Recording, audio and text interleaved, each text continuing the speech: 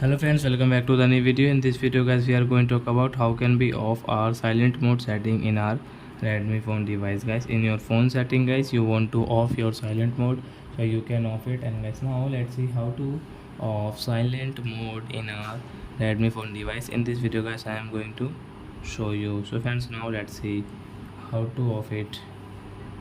So first of all guys, open your phone setting to off your silent mode. Then guys, scroll it. Guys, you can see your sound and vibration setting. Tap here and again scroll friends.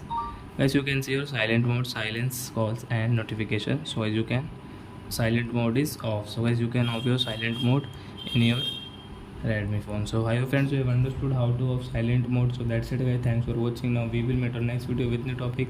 Before going guys, please go and like my video, subscribe my channel. Bye bye friends.